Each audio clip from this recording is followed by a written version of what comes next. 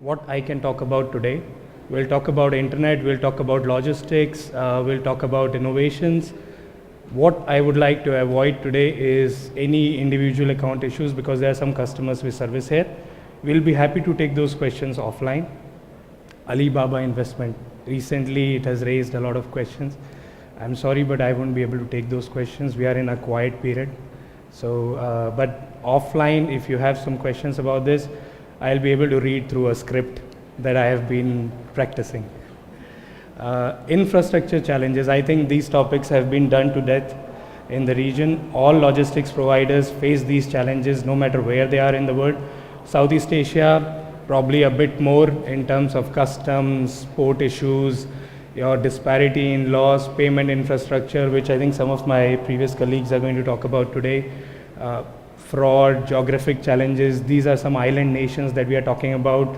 There are some islands that disappear during the part of the day, but we still need to deliver into those islands when they appear back. Or certain other geographic challenges, we'll probably skip these. Because if I go into this, we'll need probably a few hours to talk through these challenges. So let's just jump to e-commerce. I think just in terms of internet penetration, this part of the world has really caught up with the rest of the world. When we were initially talking about internet during the .com boom, it was always West. But Southeast Asia or APAC in general is catching up really fast. In fact, there are certain markets within these pockets that have actually caught up with the West and are now leading the e-commerce bandwagon. Why is this important? This is a huge population area. Half of, or more than half of the world's population lives in this part of the world. So if internet penetration grows high, that's a potential market that everyone is tapping into. These are some of the projections I'm sure you would have seen in a lot of places.